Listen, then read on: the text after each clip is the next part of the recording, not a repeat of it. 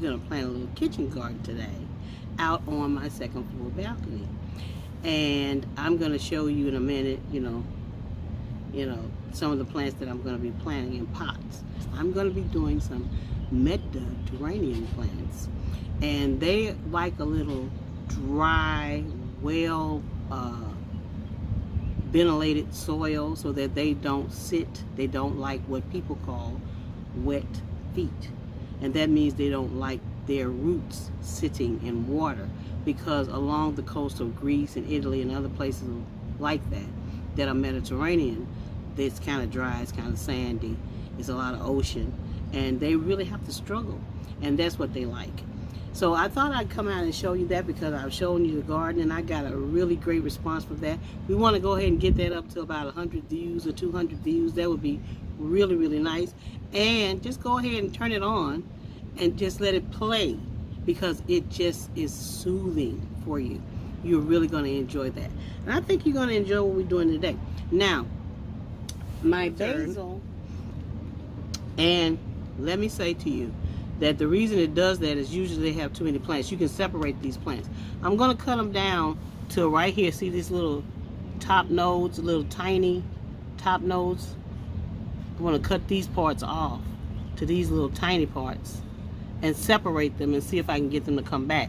And we're going to look at that, because usually if you separate these, people have brought them home only to have them to die. And that's because there's several little plants in this pot.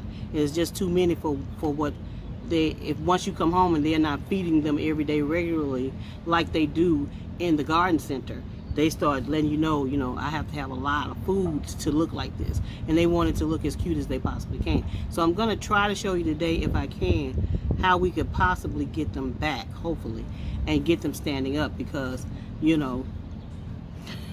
going to see if we can do that. This is lemon, I believe it's lemon thyme. That's a lemon thyme. I'm going to put that in. It's doing really great because it don't care about the dry soil. Okay. This is Thai basil. And I probably have to do it the same way, because see how it's doing? Blah, blah, blah. It's just falling down. Yeah. And you need that, because dill is good in so many things. It's what gives pickles the dill flavor that you enjoy so much. But dill can do great things for your potato salad. It can do wonderful things for fried fish. It can do wonderful things for duck. The dill and lamb, dill and rosemary. And rosemary, salmon, you know that combination. It does so many things for your hair too. People love to put in different products for hair care. So, but it just, additionally, anything you're trying to roast, from a chicken to a piece of pork, rosemary will go well with that. So you want that in the kitchen garden, so you can be able to walk on your countertop or walk right outside onto your balcony and be able to cut this. I want to tell you about this, because people have begun to forget about this, and this is one of the most popular herbs for the southern kitchen, but some people in the south have forgotten. And this is sage. This goes in your turkey, your dressing for your turkey, your cornbread dressing. It goes in the turkey. I used to put them underneath the skin to make a beautiful pattern. When my children were younger, you wanted to make stuff fantastic for the celebration. So I would pick off leaves and pull the skin back on the turkey and lay it on the surface underneath. And when it baked, it'd have this beautiful sage pattern on the top of the turkey. This here, you can put it in ground pork, for sausage. It is delicious. You can roast chicken with it. It goes well with several other different herbs. You definitely need sage in your kitchen garden. You got to be able to do that, because it'll make a difference between you and your neighbors. You see what I'm saying? When you put out a dish or bring a potluck or bring something. But with all herbs, you have to be careful not to put too big of amounts in it, and not to mix too many different kinds of herbs, because then you can give it a rather ammonia flavor, because you've added too many different kinds. But when you practice and learn how to use these herbs, you're going to be one bag. Greek oregano.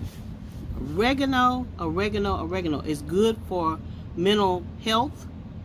Oregano oil, a lot of people take that for mental health. And it is delicious in flavoring, again, different kinds of meat, barbecue, different things, lamb, delicious. You can also flavor a lot of Italian dishes with it, a lot of soups, stews.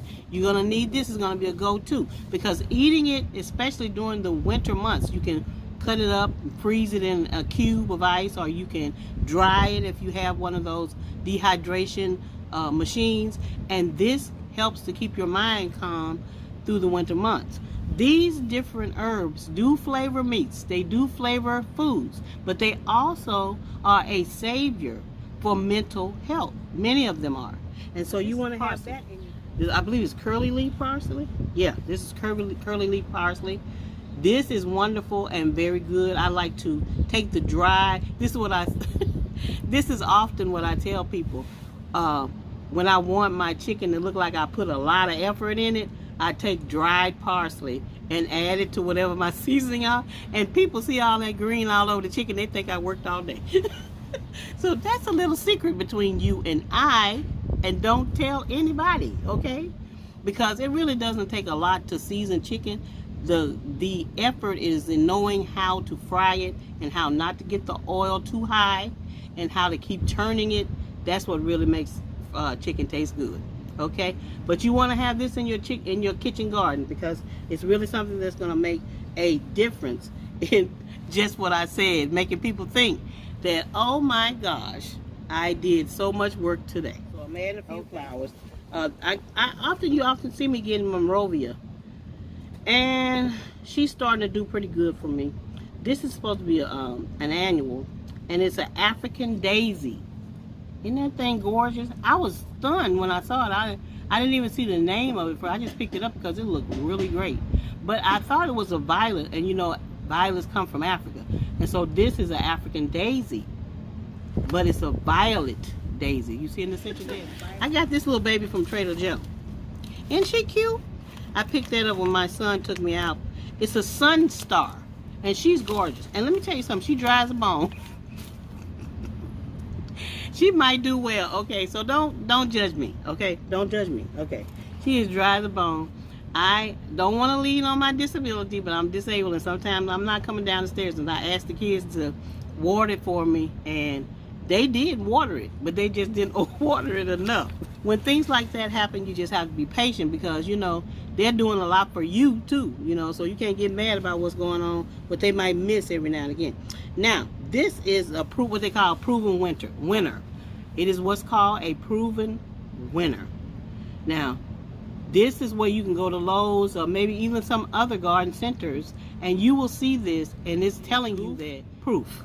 You should be able to grow this no matter what. And I'm going to tell you, it must be true because it's dry as a bone. It is dry as a bone, and look at her, she's happy. Okay, so if you want to start your garden, you want to go and look for some of these goof-proof or proven winners and start with those.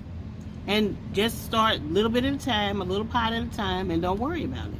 But what we're going to start our little kitchen garden today and hope that it works out well, because anything can happen. You know, right now we seem like we're moving through to warm weather, but we could get to May and have a snowstorm. You don't know, because this weather is, I don't know. Just live with it, girl. Live, love, and stay alive. That's what we're going to do. We're going to live, we're going to love, and we're going to stay alive. So now, we're going to be right back, and I'm going to show you what I'm doing with these plants. Okay? Stay with me. Okay, my camera got a little hot on me, but I've already planted my first plant. That's the sun plant. We got her into her little pot. Now, what I started out with was potting mix, and it already has something called perlite in it, okay? But what I did was I amended the soil because these like a little bit of drainage, and I made sure that I added some of this perlite, maybe about a cup or two to about a half a bag of potting mix. And then I added about 4 or 5 cups of sand to it because we're using Mediterranean plants, and they really don't want the soil to hold too much water for a long time.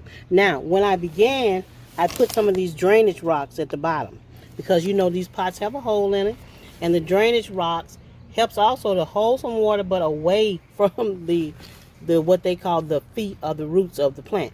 So what we're going to do now is we're going to continue, and I'm going to plant up as many as I can, and then I'll be back with you to let you see what it all came to. All right. So now, remember, this is where we started. We started with these rocks at the bottom of the pot. These are what are called drainage rocks. Okay, you can use broken clay pots if you like, but I don't have that, so I didn't use that. Then on top of that, I put my amended soil that has additional perlite, because potting soil usually has perlite in it. Let me show you what it looks like. See, that's that white stuff right there in the soil. That's perlite. Okay, and that helps to loosen the soil and keep a good, fast, quick drink for these plants, but not something that overwhelms them. We don't want to overwhelm the plant, and then it'll get too much water and not do so well. And I added additional sand to it, just a little bit, not a whole lot, because sand will hold water. So I'm getting it to do a couple of things at a time. So hold a little of the water to keep the soil moist, but not wet. That's what's important for these Mediterranean plants.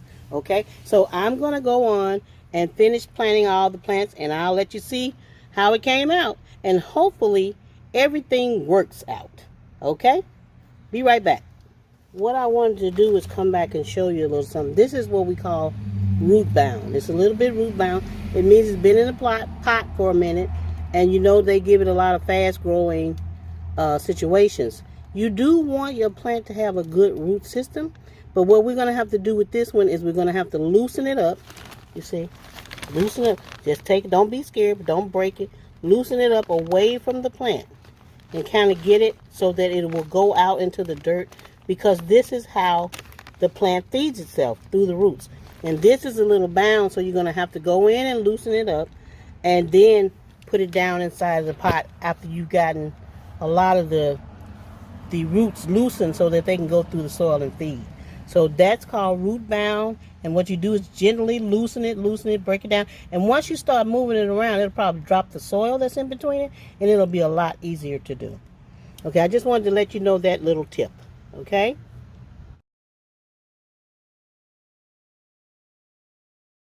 Last two pots, and I'm going to see if I can let you see the start of it. Okay, here we already have the drainage rocks in. Okay, we have that in. Okay, and these pots are so cute. Aren't they cute? I didn't realize how pretty they were.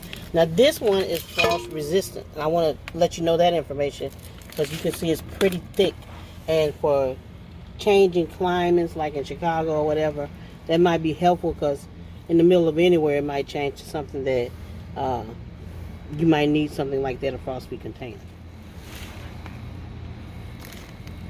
Now you can see that I have the soil in on top of the rocks. So that matters too. How high you get that soil up and how deeply you plant your plants can be detrimental if we don't get the right depth. Now we're looking at the plants here, and here we are. See, we want to just get it right up at the top. We'll put some soil and fill it up to here, but it's sitting high enough in the pot. You see, it's not too deep, and you're measuring with the container that it's in. So that's very, very, very important. So get that, and don't plant too deeply. Now, the other thing you have to be concerned about, you may have to throw some more dirt in, because once you take it out of the little container it is, the dirt may collapse and it's not as high as the container. So you might have to add more dirt, okay? So remember that. It's important how high you want to just get it deep enough to the top of the plant. You don't want to plant it too deeply down in the pot, you see. So remember that.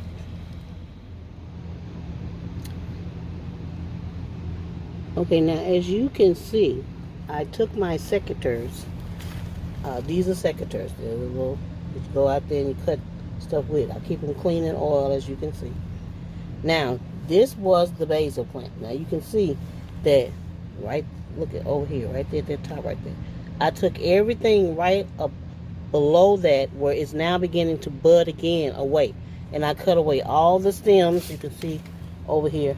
And I did it for each one of these plants. For the deal, I cut everything off that except that was budding, you see. That's budding.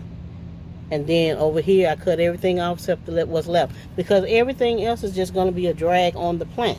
It's not going to really come back.